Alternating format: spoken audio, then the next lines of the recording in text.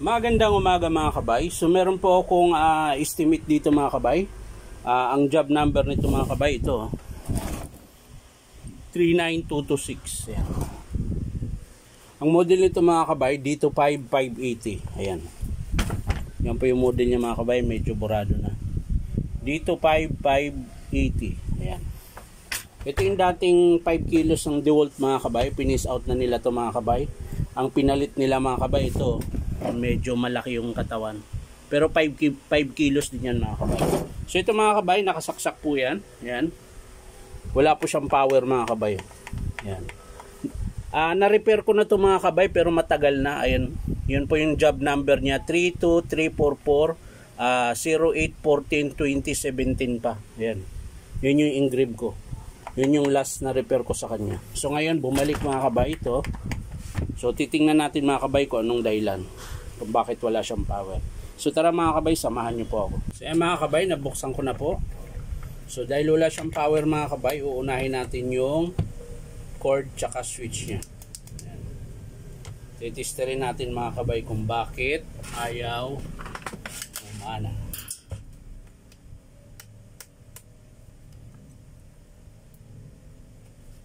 So yan mga kabay. Ayan, buo po yung tester ko mga kabay.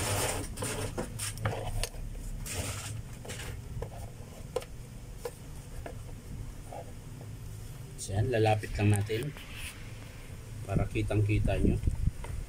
So yan, unahin natin yung cord protector. Ay, cord protect. Yung cord pala. So yan, unahin natin yung... So yan, wala mga kabay. Kabila. Yun meron. Yung brown mga kabay wala. Yun yung brown ang meron na yan. So yung blue, green, blue pala, blue. Ayan. Oh, meron ah. Ba't kanina wala? Pagputol, pawala-wala. Ulit. So yan, nagkaroon siya mga kabay oh. Kanina wala siya. Ngayon nagkaroon siya. Sulitin lang natin. So yan, meron. Ngayon yung switch mga kabay, tester natin. Yung sa switch, yun ang wala mga kabay. Ayun no. So ang gagawin natin dito mga kabay, dahil walang contact yung switch niya mga kabay, para matesting lang natin kung meron siyang hammer, tatanggalin natin to switch na to mga kabay, tapos irerekta po natin para lang matesting natin kung meron siyang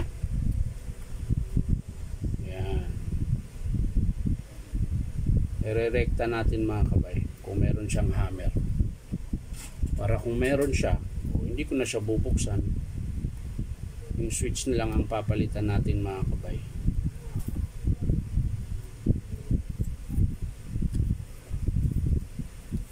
Ayan.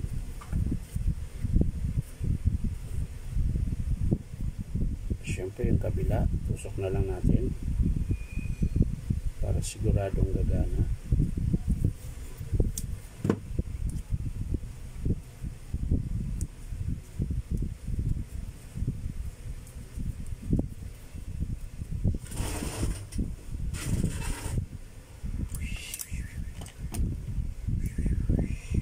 Yun o, meron.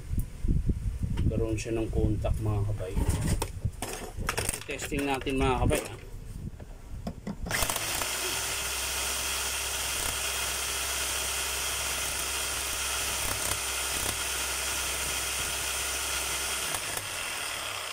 So gumagana siya mga kabay. Sira yung switch. Ayan. Hindi ko lang natingnan kung masiklab ba o hindi. Kalasin lang natin ito mga kabay.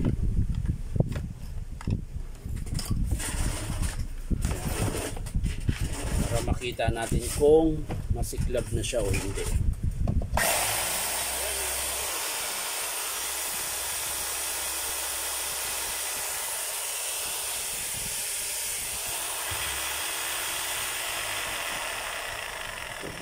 Bali, testing na lang natin yung chipping niya mga kabay kung malakas pa. Ayan. So, testing po natin dito. Ayan.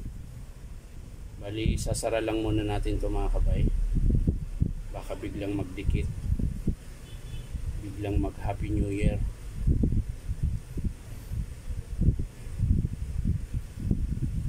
Bigyan lang natin ng hawakan.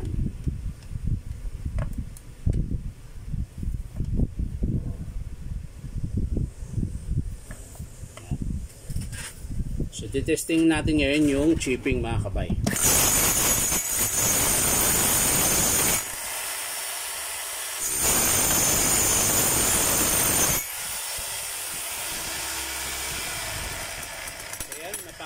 Napakalakas pa po ng chipping niya mga kabay. So hindi na muna tayo magpalit dito, yung switch lang po. Pero syempre aantayin muna natin yung customer kung i-approve niya. Yan. So hindi ko natitingnan yung loob mga kabay dahil okay naman yung chipping niya, malakas naman. Pero pag in-approve ng customer yan mga kabay, bubuksan ko pa rin yan, gagrasahan natin, tapos lilinisin natin. So yun lang mga kabay. Maraming salamat sa panonood at palike and share na rin po. At syempre subscribe niyo po at aking YouTube account na Inom Tabay.